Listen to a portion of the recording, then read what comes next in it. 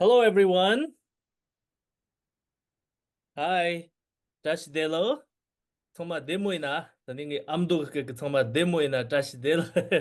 Uh, tani let me introduce myself first. So my name is Huazijia. I'm an assistant professor of anthropology at Rice University, and I would like to extend a warm welcome to everyone attending this talk online. I'm sure many dear friends and colleagues, I'm sure many mentors are joining us today, and I hope all of you are doing well. So it is my great pleasure and honor to introduce our important guest today, Professor Gray Tuttle. Before I do so, I want to thank the Transnational Asia Speaker Series at Rice University for making this event possible, thanks to the generous support of the Tsinchong Wei Feng Chou Foundation. I also want to thank Amber and Hae-Yun from the Transnational Asian Studies Department for expertly organizing this talk. I know it's a lot of work. So next, I will introduce Professor Gray Tuttle. Dr. Gray Tuttle is the Leela Hadley Lewis Professor of Modern Tibetan Studies and currently serves as the chair of East Asian Languages and Cultures at Columbia University. Professor Tuttle's is a renowned historian of modern Tibet, focusing specifically on its history from the 1600s to the 1950s. His research primarily explores the role of Tibetan Buddhism and the history of 20th century Sino-Tibetan relations, as well as Tibet's interactions with the China-based Manchu-Qin Empire. Recently, Dr. Taros has turned to increasingly large data sets in an effort to ask and answer new questions about Tibetan history. Building a database of over 1,000 Amdo monasteries, which is really impressive, with dozens of fields of data that include GIS location, foundation data, number of monks, rooms, livestock, etc. This body of work has significantly shaped the direction of an Amdo history book that he's working on in many important ways and very novel ways. And lately, Dr. Taro has worked with larger data sets and demographers to examine existing data on Tibetan, mostly monks, longevity in comparison with Chinese monks, Chinese literati, and Europeans in history. And Dr. Taro's future plans include working with even larger data sets by examining this is the really fascinating part, examining the hydrology of the Tibetan plateau with climate scientists to see if new perspectives of the larger arcs of Tibetan history might be reframed by a deeper understanding of climate data.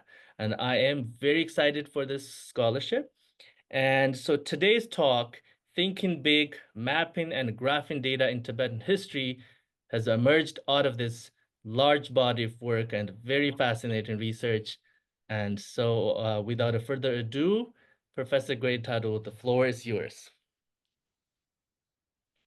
Thank you. Thank you, Watseja. And I'm very pleased that to be here and that you are there and that you're getting the support you need to bring people to speak. And I'm really excited to have this opportunity. As you all can imagine, being a chair at Columbia University at this time doesn't always leave me that much time to work on my research. There's a lot of meetings, some of them on the spur of the moment. Some days I open my emails and there's a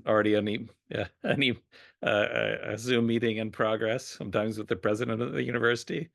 But it's been really exciting to turn back to the research and think a little bit more about what we can do with this. So I promised to talk about the frustrations of doing this work as well. And while you're looking at the list of all the many people that have helped build these data sets and share the data sets that they have and help make sense of them and so forth, I want to talk about some of the frustrations. I see I've spelled Monash University wrong. Apologies to Rebecca and the Australians. But I have been working on this book now, honestly, for over 20 years, starting with this data on the monasteries that Gene Smith inspired me to pursue, and that Cameron Warner and Yujitsumo had already started with him. And when you have data, I mean, for data scientists, 1,000 monasteries sounds small, but for Tibetan studies and for historians, it's huge, and there's constantly new material coming out, and so I found it fairly paralyzing to bring the work to a completion. I do have a sabbatical next fall. I hope to finally just get it done and send it off to the press. It's been under contract for 20 years, so it's time. Um, the other, challenges, especially as I've used more data or dipped into aspects of data that I, don't know well, like demography and longevity studies and climate science and the kind of relevance of climate science, is just that it's extremely challenging to know and to understand how to make sense of the data. Um, so I'll look at, say, maps about water fall and so forth, and think, aha, yes, this must explain something. Or I'll look at the longevity charts and think, yes, we can definitely see patterns here that can help us understand history. And then as I work with more people, they kind of straighten me out on these issues. And the other issue is getting the work published. I gave a talk similar to this a couple of years ago at Harvard, and Jeff Childs reached out to me about the longevity data because he's done such great work on demography among Tibetan communities and longevity in these communities.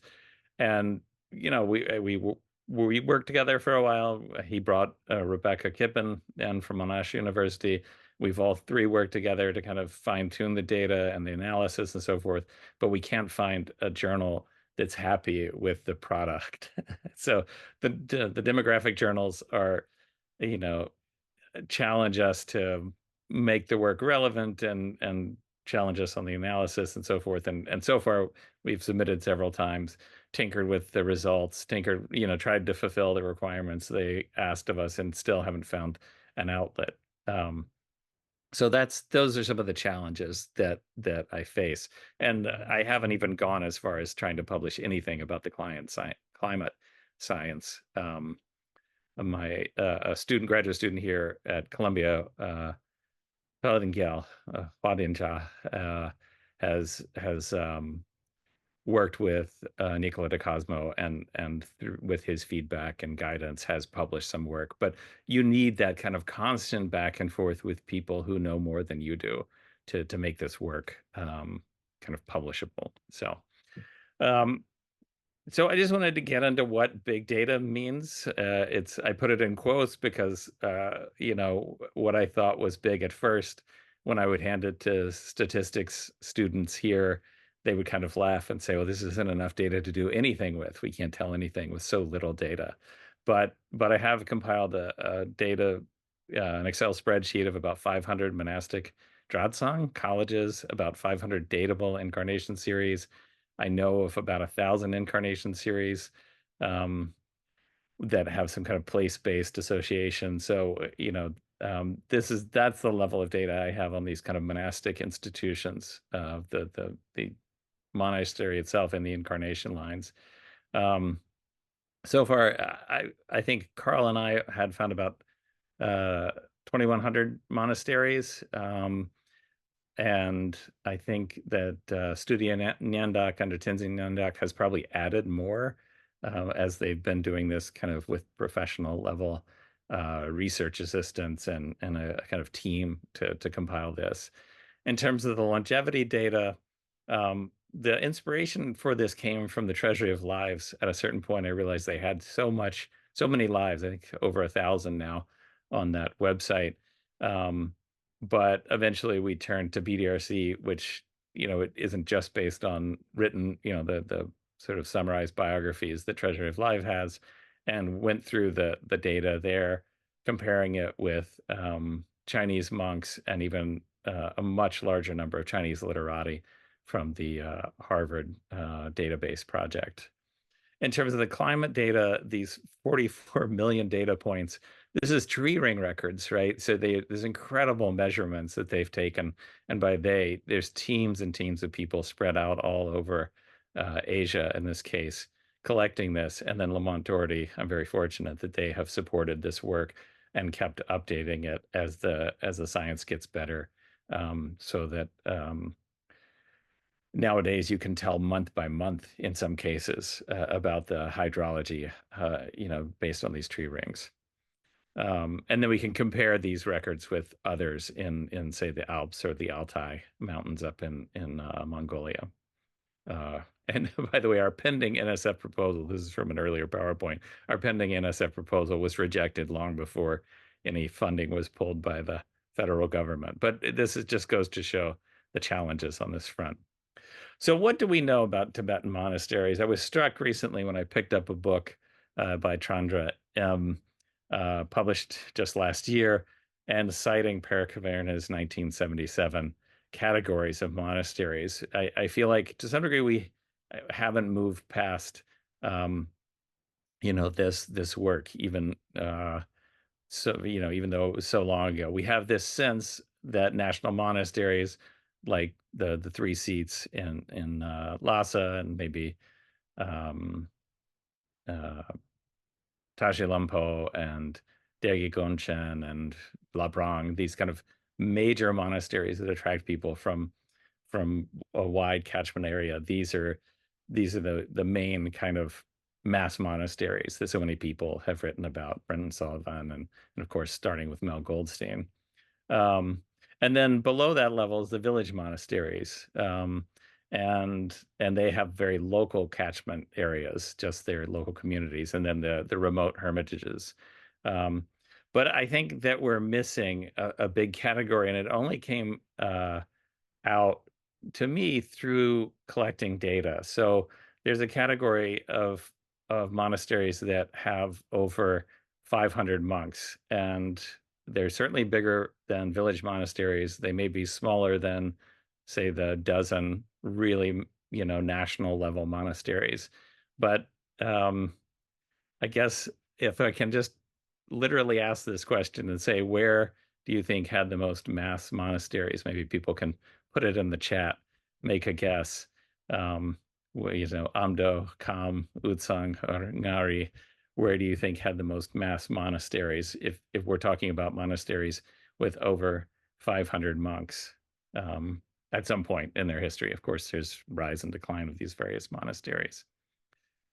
Um, so, I've mostly focused on the Galupa monasteries in this case. There were Sakya monasteries that were bigger. There were Kagyu monasteries, especially tent encampment monasteries that would temporarily get very large depending on the teacher who was teaching in a certain locale. But for the Galupa monasteries with over 500 monks, Amdo was already the dominant region, had the most number of these kind of mass monasteries by 1725, which is incredibly fast growth, right? I mean, we know of no Galupa monastery that was very large before, say 1600, and then in 125 years, they pop up, like mushrooms after a rainstorm, 11 massive monasteries outstripping central Tibet in this capacity. By in another 150, 125 years, they had reached up to 48 mass monasteries, right? But the Muslim rebellions of the 1870s really wiped out a lot of these, a lot that were in the far eastern parts of Amdo. So by the year 1900, Kham was the place that had the most of these really large monasteries. And we know about a few of these, but we don't know very much about these monasteries. The kind of middle range monastery between, say, a national level, what we might call a national level monastery that attracted from all over Tibet and even from outside Tibetan areas in the Himalayas or Mongolia or so forth. These were, let's call them regional monasteries that attracted monks from from say within the Kham or Amdo or Central Tibetan region. So if you look at all the mass monasteries across any tradition and across all time, you get this division, right? And I think, I mean, I myself, I've been focused on Amdo, and so as I was writing my book, I made this argument in an earlier draft that Amdo was the center of these mass monasteries. But then I worked with one of my students, who's now a Tibetan language teacher, Sonam Tsering Ngulpul at Columbia University, to really dig into the Kampa sources, and see what he could find. And it turned out that Kham is the place that has had the most mass monasteries across time. Now, I think part of why we don't know a lot about this is because the destruction there was so severe, starting at least, probably starting with Gompa Namgyal, but also Jawar Fong, and again with the warlords and then finally with the rebellion uprisings in the 1950s, where the monasteries were severely targeted with aerial bombardment and cannon fire and so forth. So we just lost a lot of the histories of those mass monasteries, and they've kind of disappeared from the records. But my point here is that most of these 182 monasteries that have more than 500 monks fall outside the national monastery category, but are much larger and more influential than just village monasteries. And the fact is that no one who wrote on mass monasteries had kind of noticed this trend in Tibetan history. So I think it's important. Why does it matter? Well, I've been trying to think about why it matters to think about these mid-level, largest monasteries that aren't, the dominant ones. It's kind of like ignoring the Ivies and Stanford and UCLA and thinking about the dozens and, well, literally hundreds of colleges and universities that educate Americans today. And you don't want to just pay attention to the top ranked universities if you want to understand higher education in America. And these two books, The Politics of Tranquility by Yasmin Cho, who was uh, a postdoc here at Columbia for some years, and this recent book by Chandra M, have really started me thinking about, what can we make of this information, this data. And so I wanted to, and in particular, to think about the living space of the monks and nuns who are at these institutions, and what the living space and the investment in this living space means. So this is a map that was created by an undergraduate that took a course with me some years ago, and she now works for the city of New York in urban planning, using her GIS skills to help the city understand um, urban planning and housing. And you've probably all heard of the housing crisis we have here. But I wanted to point out the kind of data that can come when you have, as I said, these, as Watse Jha reported, these fields and fields of data. Um, the purple is just the total number of monks in particular monasteries, and we have that data for Gansu and Qinghai. We don't have the other two sets of data, the rooms, the number of rooms that are run by the monastery, that are kind of centrally managed by the monastery, and then in orange, the total number of monk apartments. And I've had this data for years and just kind of been sitting on it, not knowing what to do with it, until I was reading Yasmin Cho's book.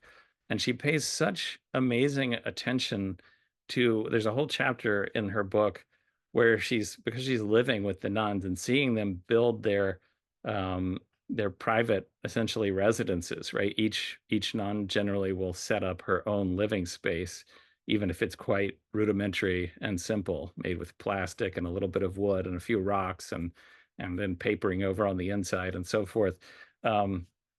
There's these spaces that they make their own, and really dedicate a lot of resources. So it got me thinking, what can this tell us about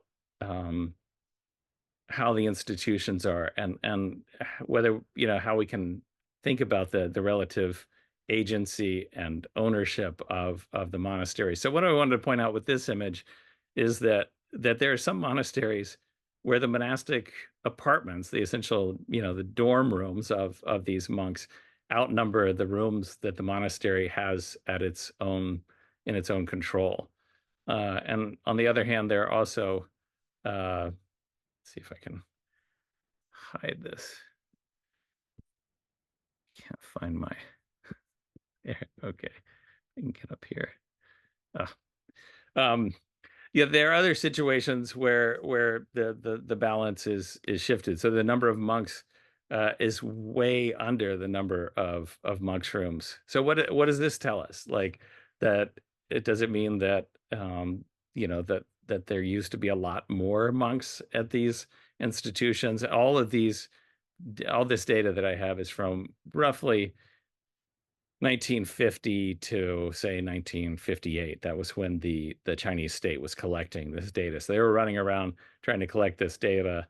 And as you can imagine, in the kind of revolutionary, more and more threatening revolutionary environment that the monks were living in, that a lot of monks fled or departed the monasteries even before the destructive years of 1958, 56, 58, up until the Cultural Revolution. So this can tell us a little bit about why the populations are so low in places where there are so many dorms, essentially dorm rooms. And you can see the largest number of dorm rooms goes up to almost 7,000. So this tells us something about, the relative size. I think that's Gonlong Monastery in particular.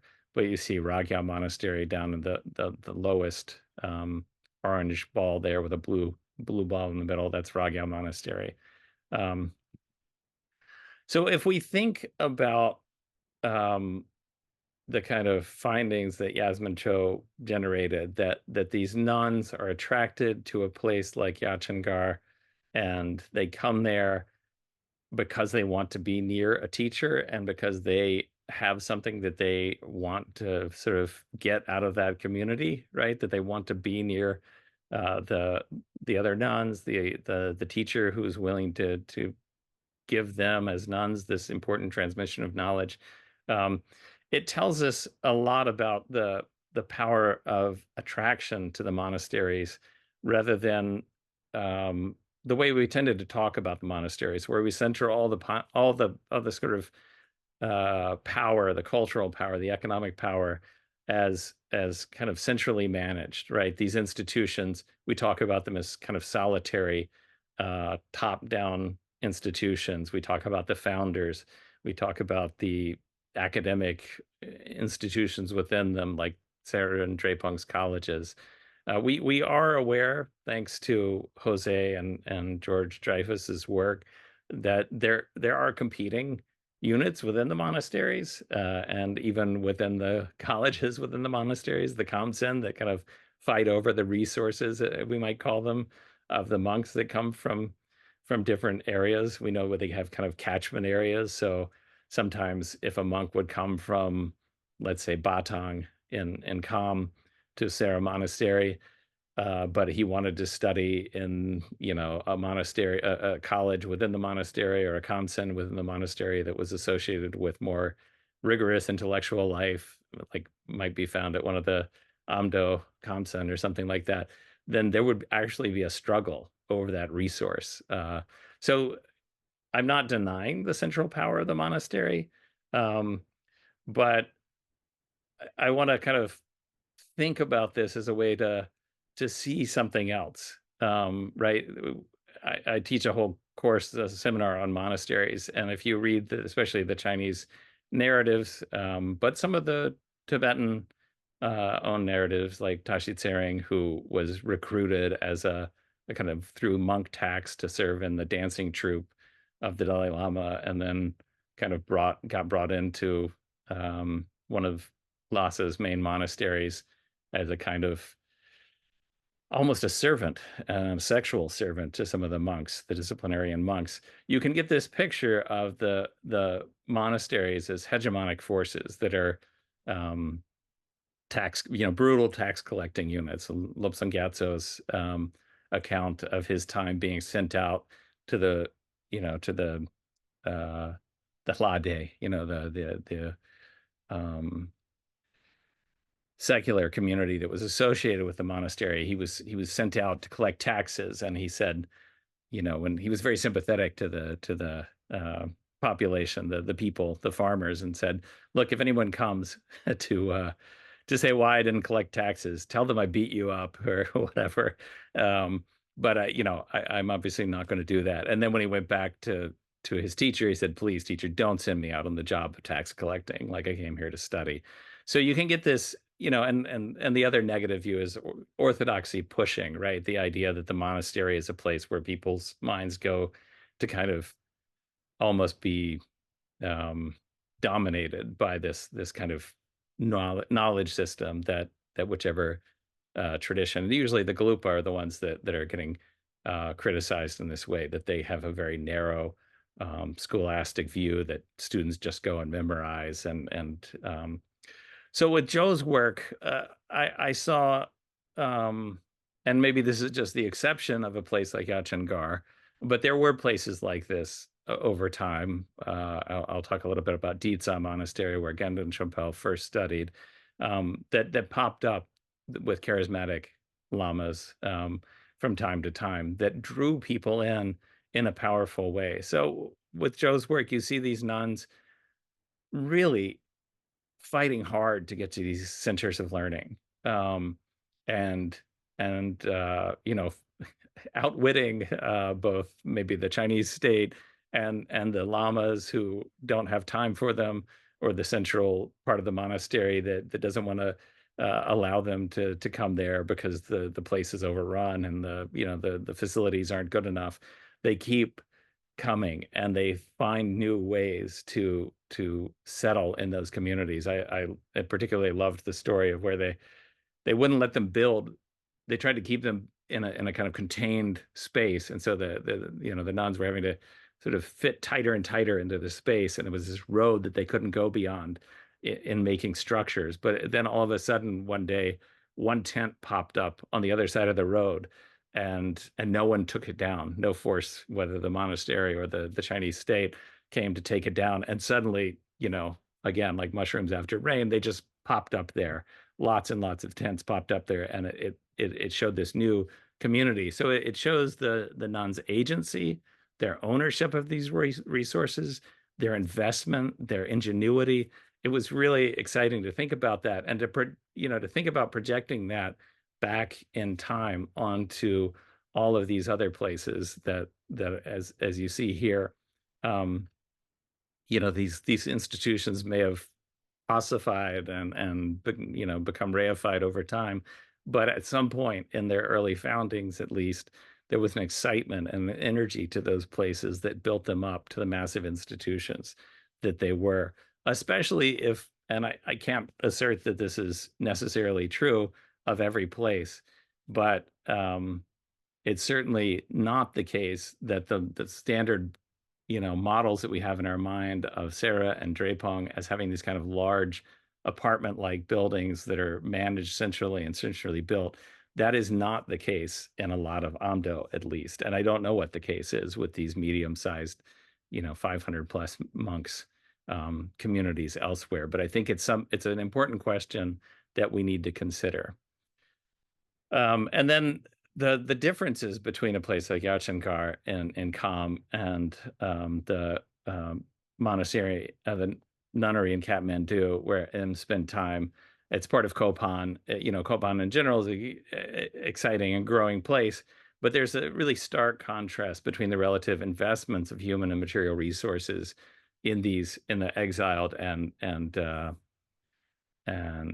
Tibetan cases, right? In the Tibetan cases, the monasteries, at least some of the monasteries, are growing with, they're outgrowing their capacity to hold all the people who want to be there. So people are being constantly turned away. Sometimes they're being driven away, and their buildings are being destroyed. Whereas in exile, and in this process, they keep bringing these resources to the monastery to make these things happen, right? Their own private family resources. And in exile, the situation is kind of reversed, where a lot of the money is coming from outside sponsors and so forth, and the effort to recruit people is a real challenge. And they're trying to maybe sometimes accept people that aren't even appropriate. M talks about a group of Bangladeshi youngsters that showed up, and it turned out they were Muslim, but the offer of the monastery, the offer of resources, food and shelter and education had attracted these Bangladeshi Muslim postulants to I think the nunnery. So there's a very differential kind of understanding we can get from looking at these communities. So the other thing that it made me think about was just what thinking about these institutions as, comparing them to modern Western institutions. I mean, really, the time periods aren't so different, right? Columbia was founded in 1754, Lebrang in 1709. They both are. I mean, you can't see it. This postcard I have, or this painting I have of Columbia, is not the actual shape of campus, but it was the best outline view I could find. Um, and the dorms are kind of clustered in one part of the campus, just as they are in LeBron. And I was just thinking about, what these kind of institutions are and who owns the dorms. I mean, obviously Columbia owns the dorms as the largest landowner in New York City. Sometimes Columbia has been accused of being a real estate company that has a kind of side hustle in education. And now with the concerns about the loss of funding for the scientific community, it could be maybe described as a scientific innovation company that's concerned about that's one of its main concerns. But um but these communities are in some ways very similar. They're both within walls. Right now, Columbia is a gated community guarded by security forces. Initially, this was to keep out protesters. Now it's serving a function of keeping that space of the university private, which means certain things for ICE um, uh, officials coming in and trying to access people that they're looking for. But even the off-campus housing now that's owned by the university is a guarded space. And I think the same was true of Lebrang Monastery. There were other smaller Lebrangs, puku Lebrangs in outside the community. There were also inside walls to protect them from well, I'm not sure who, maybe other rival Tibetans, and at a certain point from the Muslim um, uh, invading armies that were trying to tax the monastery. So it's interesting to think about these as similar. The other comparison I thought of was Hampshire College as an institution, a novel institution that was founded with a lot of energy and enthusiasm, um, and that at least one person I know built a treehouse outside of Hampshire College as his residence. So that was the closest I could think of to a similar case to what's going on at places like Larangar and Yachinkar. But I think, if we think about what it tells us when people squat and take over territory or real estate or housing, then what's going on at places like Yarchangar and Larangar is telling us something really important. I had one student who did in as things were reviving in New York City, was squatted in the East Village. When I was a college student, the East Village was a drug-ridden, crumbling place that you didn't want to go, east of a certain alphabet. I think it was A Street. You didn't want to go east of that after dark. But as things grew, it became an attractive place, and now it's one of the most vibrant, expensive neighborhoods in all of New York City. So, what does it tell us when this kind of student-led housing initiative happens in places? The one monastery that I know very clearly how the kind of dorms are set up is Ditsa Monastery. Again, it's one of these newer institutions set up in a by a charismatic lama in the early 20th century. It attracted Gendon Chopel and many other important monks. And there were no central dorms as we see in places like Lhasa. But every student had to build their own apartment, which usually meant that it came with a lot of support from the family. And then the unit would stay in the family as you know, maybe the monk kind of graduated to going on to, after being a Ditsa for some time, would go on to Romo Gompa in Ripgong and so forth. But the property at that monastery, which we probably, if you just look at it from space or look at it, institutionally, you would assume that that was kind of a dorm like Columbia's dorms, but it's not. It's owned by the family. So what does this tell us? What do these kind of thinking about ownership and investment tell us about communities? Um, so I look forward to hearing from people, at the end of my presentation about these kind of questions. I also want to just kind of quickly go through where was the greatest concentration of monastic colleges, because if you think about the monastic university, as it's sometimes called, as a center of faculties, then one of the things we can learn from looking at these is the diversity of the faculties and which kind of places had concentrated these faculties together. So one of the reasons, for instance, that Princeton right now can more easily resist the federal government's impositions of, drastic terms on them is because they don't have a medical school faculty, they don't have a nursing school that's dependent on federal grants. And so, the threats to a place like Princeton are much less than a place like Harvard or Columbia.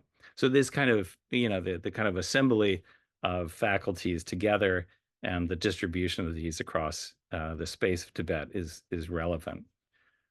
Um, so if you think about, I mean, we often do take Uzang or Yu as central to Tibetan history and to our thinking about Tibet. And it's certainly, there's an impressive number of these Dratsang, these monastic colleges in central Tibet. And again, this is kind of across time. So I'm kind of lumping all these places together. Nalanda being one of the big ones alongside the other places that we typically think, like Drepung and so forth. But they were also incredibly widespread. So again, look at the numbers here with 87 and U, the center of Tibet. You'd think, okay, that's got to be that's where they're the most. It turns out, no. Zhang and Ngari even have a tremendous number and a very great diversity of monastic Dratsang, right? Um, Bodong, Bumpo, Kalachakra colleges, one dedicated just to the, Karmapa's tradition or the Drigungpa's tradition. And Kham, relatively few. Again, going back, looking at Central Tibet, 87 total, 71 of them Galupa. Kham, has almost as many as U, but not really anywhere close to as many as Sangha and Ngari together. And then Amdo, we see just an incredible growth. So when you think about um, who, what the kind of intellectual community, and honestly, you think about the people who are still, leading a lot of the intellectual movements in Tibet, it may come out of a history of education. I see Watson Chow's eyebrows going up as is this, but I've noticed over the years how many of our own teachers have come from even one place like Ripgong. And I think the traditions that, Rebkong was a Sakya monastery since the Yuan dynasty, or Rongu was a Sakya monastery since the Yuan dynasty, strong philosophical and you know uh, everything, right? I mean, there was kind of people studied everything, poetry and all the arts and sciences that Tibetan culture has to offer. They started that in the Yuan dynasty. It kept going all the way through. It was converted to Galupa, but without any disturbance. There was no kind of forced conversion of that monastery. So there was a kind of continuity. And Pema Booms talked about that continuity, how it was preserved even during and through the Cultural Revolution, with some clever thinking, teaching Mao's Little Red Book in Tibetan as a way to keep that Tibetan literature alive.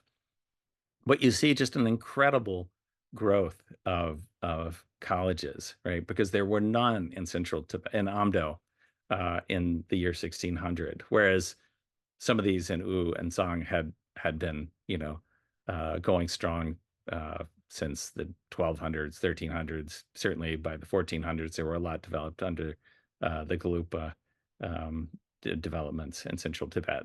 So combined, Uzang definitely still had the most. But this is to give you a sense of these institutions and why paying attention to the data matters. And I think part of this is because I've always felt this way as someone who started my journey in Tibet in Amdo in Ngawa and then moved up into Labrang and over to Rebgong over time. Um, that we take central Tibet as our standard, as the normative or representative place, and I find that that isn't always the case. And even if it inspires other places as a kind of galactic polity that gets reproduced in other places, what happens in those other places, the differences of what happens to the other places matters, right? So in central Tibet, the Gyume, the tantric colleges is separate from the philosophical colleges. And in a place like Labrang, the Jamyang Sherpa can bring all those things together and even support a Nyingma monastery right outside the walls of Labrang. So what happens in a place where you bring all these resources together and they're under one kind of founding figure as opposed to competing with each other or sequential, or like you have to study at Sarah and then maybe you'll go on to Gyume or Gyutu. Um, and I always, as I've thought about this for the last 20 years, I've always been frustrated. I mean, there's great work being done on individual monasteries in Kham, but there's so rarely a kind of overview of what's going on in Kham. And so I'm very excited that Tenzin Nyandak and Studio Nyandak here in New York is starting to change this. They're paying a lot of attention to the monasteries in Kham. I think that their work is going to really open things up.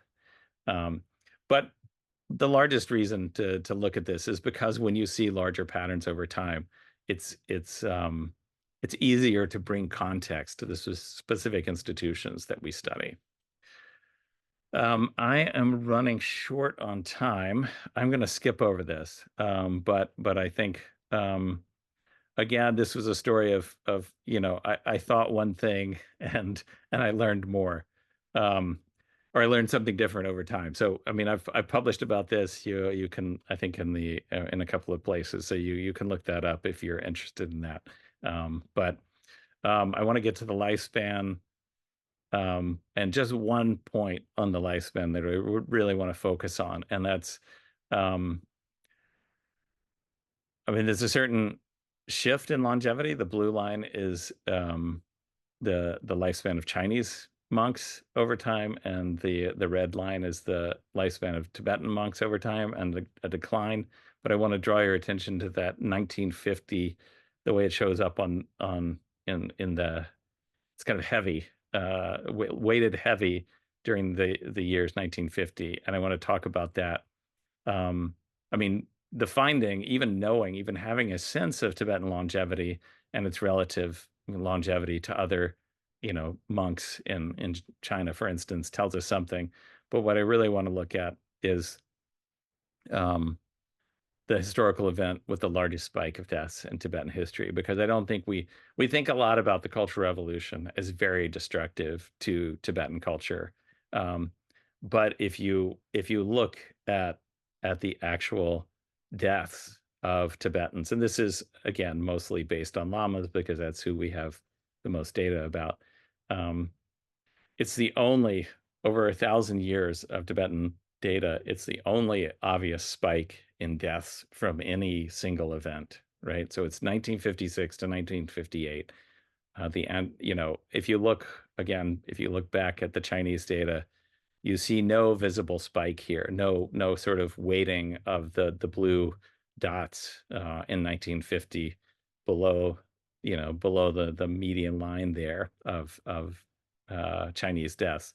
But you see the Tibetans, it's dramatic, the death toll in this. And we've long known individual monks passed away at this time in the 1958 period. But this um, spike makes visible something that I don't think we talk about enough in Tibetan history. There's been an overemphasis on the Cultural Revolution as destructive, and I think probably because of the destructive nature of what happened in the 1950s and the few, the relatively few people who survived to tell about it, we um, we don't have a record of this as well.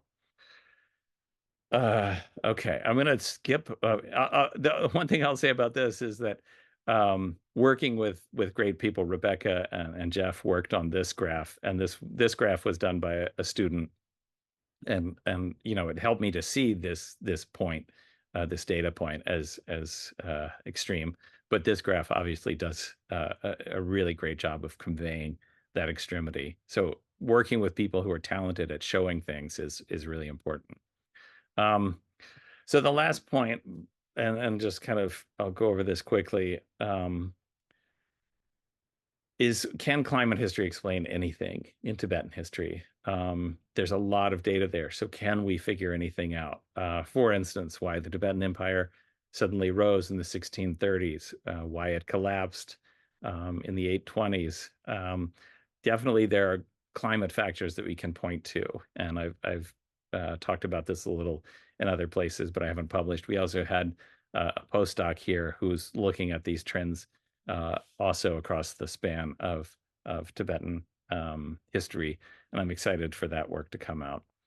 Um, why did Tibet become reunited politically again in the 1640s? Of course, we have our own reasons for thinking that there's explanations, the brilliance of the Dalai Lama or the support of the Mongols who came.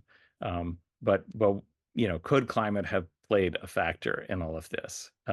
So these are a bunch of the questions I wanted to ask. The main one I want to turn to now is, can Mongol invasions, especially those where the Mongols started to settle in Amdo and north of Lhasa, um, can these be explained by climate change in their home region? So I just want to show you a little bit of data, with the red being droughts and the darker red being serious drought, and the blue being what's called a pluvial, or a time when there was intense rainfall. And we know from the grasslands and even climate change, the way it's affecting Tibet overall, that warming and rain benefits the Tibetan plateau.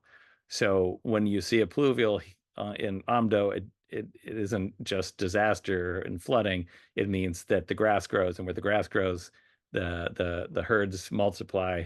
And so the Mongols from the Ordos came into this region in this 80-year span when things were quite bad. So this map that I produced shows the overall drought in that 80-year time span versus in the Ordos, which is where um, Altan Han and his subordinates came to encounter Tibetans and embrace Tibetan Buddhism. So these historic things, the attraction of Gelugpa Buddhism to the Mongols, of course, that's you can make an argument about their interest in this tradition, but how they got there, why they went to Tibet at that time, can be, I think, explained partly through these climate shifts.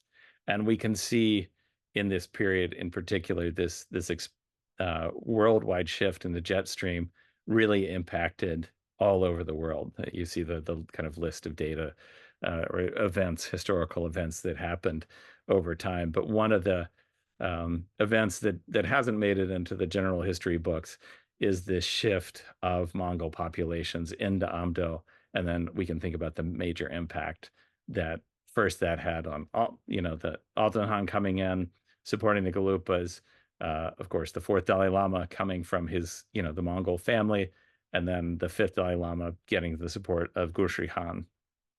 Guthrie Han had lived where he was a Dzungar or Koshot Mongol, and he came out of that area um, in a time of not as severe drought. The Halkha Mongols like Tsogtu Han, who attacked the Gelugpa in Amdo, had come out of the Halkha, or what we now say as Mongolia.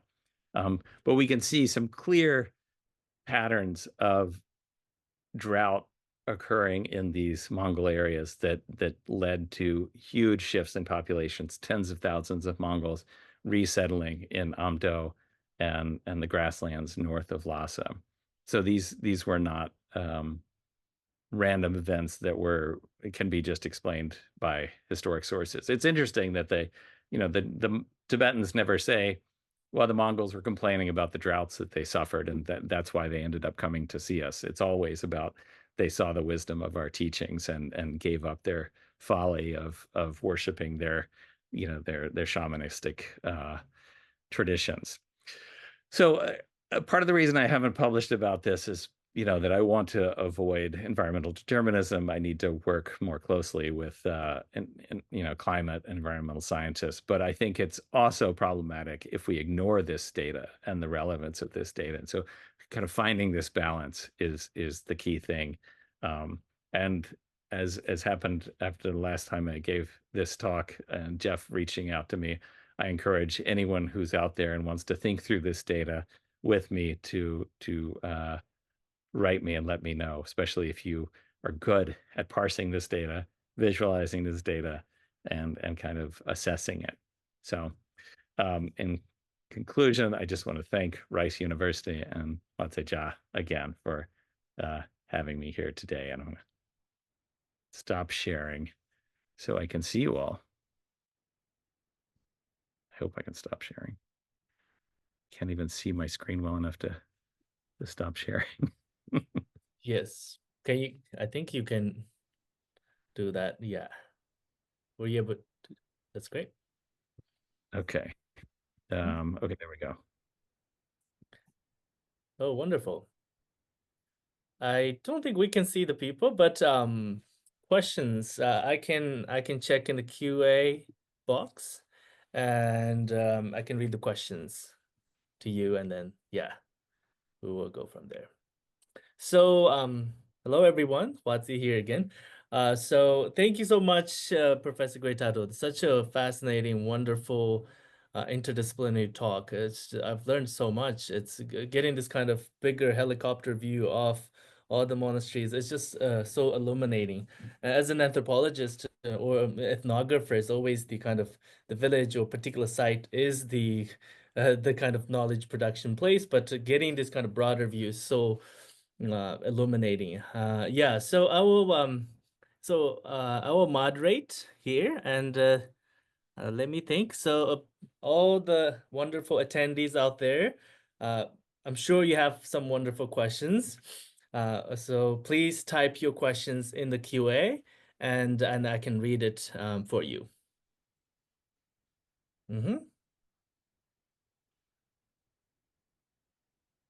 Okay, wonderful. I have one question from Tommy Bloomingfield. I just want to offer a huge appreciation for this enormous work. Do you have any suggestions for those of us working in adjacent regions? I work in Northwest Yunnan in Monsu communities for organizing data. Yeah, I mean, this is a really important question, I think, because as the data grows, it can get overwhelming. I feel like a bit of a dinosaur. I still mostly use, spreadsheets, Excel type spreadsheets. I know my own inspiration for working with data, aside from Gene Smith and the work that he started, partially came from seeing the work that Suna Ken did to generate that book that she wrote on Peking as a city, that she traces its history across hundreds of years. And she had a really complicated database that she used to collect that information. I never mastered something like that. Part of the reason was it's not easy to share that data. So as she retired, I asked her if she could share the data that she collected, specifically about Tibetan Buddhist monasteries. There are about 50 Tibetan Buddhist monasteries in Beijing that had been supported by the court, the Qing court, and and partly the fault was mine. I didn't have the database that she needed, and so when you use a complicated database, it's really challenging to share that data. So what I've tended to do is just keep it simple. An Excel spreadsheet is essentially a tab delimited, you know, way of exporting data, and so it's really easy to share. Um, Carl Ryavec and I worked together to sort of share the data with the Buddhist Digital Resource Center and the Treasury of Lives, and they've gone on to do really great things with it. And Studio Namdok is doing the same thing now. Really, I feel like, I mean, in America, we kind of work alone, right? The European model is these big research, the German, French research Yes, projects, yes, European, UK research projects, and they get massive funding, and they get they also get, and with that, graduate students or postdocs essentially who can focus on that work and build it. But if you don't have that, I find just keeping it simple is one of the best ways. The other thing I've noticed over time with, say, digital humanities is if you build a website, it seems exciting. You can sometimes get money for it. THL, the Tibetan Himalayan Library, has done this over the years, but it's extremely difficult to keep it going because mm, the cost of maintenance, mm, businesses, of course, can do this because they're making a huge profit yes, on the work that they do. But that course that Valentina did, that map about the dorm, the monastic dorms, we had a lab unit with support from a digital humanities faculty member. And, I went into that course thinking, we'll build all these exciting things and, we'll be able to show our work. And a few elements of that work are still surviving. But he said to me at the time, don't expect anything you build to last longer than 5 years.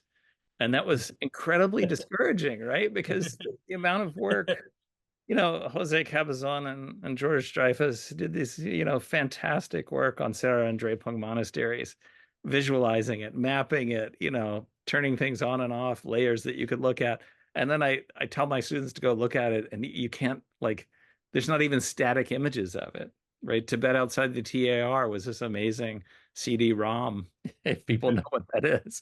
It's yes. incredible, the data that's on there, but it can be lost. So I think what I found is it's really important to keep it simple.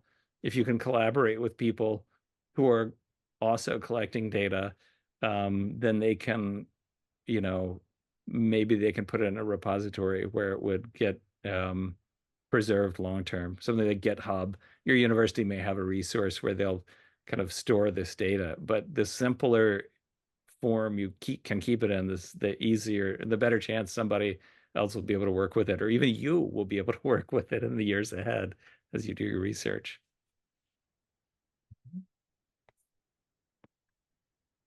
Okay, great. Thank you. So the second question is from Deshjil. Thank you for such a great presentation. I'm curious about the death numbers shown in the line chart. Could you please share how this data is collected and what sources are used to ensure its accuracy? Yeah.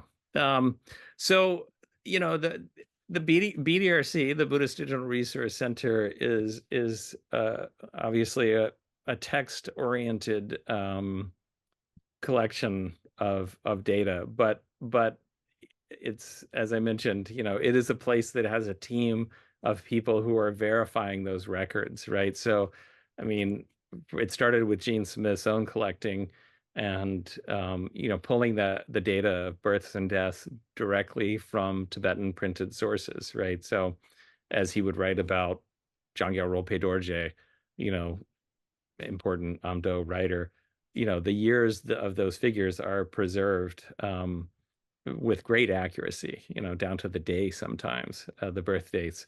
And so we did throw out a lot of data that we couldn't verify, especially I think after Jeff and Rebecca came to work on the data. Um, but the sourcing of the data is based on this community generated knowledge, and it's not, you know what do you call it? When the public contributes, like a site like Wikipedia, you don't really know who. I mean, there's great benefits to using Wikipedia, but with a site like BDRC, there's a kind of quality control because the people who are working for the institution are extremely well trained, and they're, entering the data into this data set that's then been being used by literally thousands of people who are checking it. And I mean, I used to regularly make corrections, send it to Jan Ronas or Mhm. Same thing with Treasure of Lies. If I see a date that's wrong, I would send it. So that kind of feedback loop on these larger websites is one way that the verification can happen. We could, and I did hire a student to look at some of the Chinese language biographies that show up in gazetteers. The local Difangzhi, have biographies of famous people from particular communities. And if you look at that, and again, they're kind of verified by local knowledge, um, you can add to the data. Like, if you see a spike in data like 56 to 58, uh, I think we could multiply that by a factor of probably 1,000 just by looking at the Defangzhi. If I could hire a team of people who would look at the biographies in these local gazetteers in China, they aren't intending to produce data about the essential slaughter of Tibetans in struggle sessions and in struggle in military fights. But because each community wants to remember the most important person from their community, it's a really good way to add to that data. And I think we would get, this is llama data, but I think you could get a lot of data about like local leaders, civil leaders, doctors, Menla, so this kind of member, any famous person, writer, political figure or whatever, you could get that from these other sources. Great. Thank you. So the next question is from Jeff Chow. The growth in the number of monasteries in Amdo implies a large growth in Amdo's population. Have you thought about trying to link challenging environmental conditions in Amdo with population growth? Obviously, a tall challenge without reliable population data, but perhaps possible with indirect measures like Carol R has done. Yeah. Yeah, that was one of the questions I had in my question of like what could we get, from this data, right? Because Amdo in particular is lower altitude than most of Tibet. So with increasing rainfall, increasing temperature, you would expect more productivity out of the land. Another thing that Carl Ryavec and I have talked about Mm. is whether the importation of crops from the New World, potatoes, peanuts, other things like that could go some way towards supporting, by having a better diet. I studied with Sujeta Mazumdar, who looked at sugar consumption increasing in China proper, especially in South China, and the longevity of people increased when they had enough calories to eat. In America now, sugar's a problem, and we're told not to eat it, but in a place where people literally weren't getting enough calories to make it, through the winter, the availability of something cheap like sugar helped people survive. So Mm. it's a good argument. Elliot Sperling inspired me to start thinking about like these shifts to the east. Is it population growth? Is it that the population is getting recruited to a tradition that incorporates them, in a different way than say the Sakya and the Kagyu had been able to in the past? I do think there are economic factors, but I suspect that there are climate factors as well, like Jeff's talking about. And I mean, again, I'd love a team of people to work with to think through these ideas. Wonderful. Thank you so much. I think this will be our last question from Tenzin Tosum. So Tenzin Tosum is from UVA. Thank you so much for making such an excellent presentation. Could you please say something about the destruction caused by Chinese Qin military general Nian Yao in Amdo and Kham? Yeah. Yeah, that's a great question. And I think it would be really interesting to look at the data more carefully. I mean, it's hard to what we have for that period is a few monastic records, right? So the big monasteries, Guanlong, Humbom, Rebgong, Jiaxing, these are the monasteries where we could track that. We know LeBlanc survived that because they weren't involved in the rebellion, and they really took off and grew after that period. Um, but another thing we know, and my former student Stacy Van Fleet has looked at this. One of the effects of that suppression of the monasteries in 1725 was that the court felt badly or felt uh, I don't I don't know how to put it exactly, but there was a huge influx of resources to help rebuild those institutions after that. And in fact, Niangang Yao was executed by the Yongzheng Emperor for the destruction he wrought on those monasteries. He was very anti-monastery, and Max Whiteman has looked at this long list of like suggested reforms. Don't let the monasteries get larger than 200, monks. Take away the tax revenue of these monasteries, all sorts of, threatening things. But what we know in reality was that the emperor rebuilt the monasteries with a huge commitment of resources. He funded a steady stream of income for monks to do chants and prayers for longevity for the emperors that lasted, decades, if not centuries. Um, so the destruction that came at that time was fierce, but the growth that exploded after that time, that we can track the number of monks in a few of these monasteries, and it was explosive. So as bad as it was, maybe it's a little bit like Larangar and Yachengar after the Cultural Revolution. That there's a kind of enthusiasm for religion when it's been threatened, and we also saw, of course, a huge influx of cash from the Chinese state to rebuild the more touristy monasteries of places like Kumbum and Gandan and so forth. There was a lot of state money that came in to rebuild those, even if culturally the vibrancy of some of those national monasteries has not come back. But Great. question. That's wonderful. Sorry, did I cut you? No, sorry. Yeah. I'm making a final change to my rules because the flexible rules are the best rules. So one last question. Sorry, but one last question from Mark Stevenson. Might some of the data patterns, particularly the 19th century expansions in Amdunakam, help with questions about the Jimel trends beyond the discursive evidence and what it was if it was not a movement argument? Yes. Yeah, thank you, Mark. It's great to hear from you. Mark was an early inspiration thinking Yes, about yes. Amdo and Ripgong for me. Um, that is a tough question, and one that I would like to, again, think through with other people who are thinking about. I mean, I know that Alexander Gardner has thought about the movement and calm.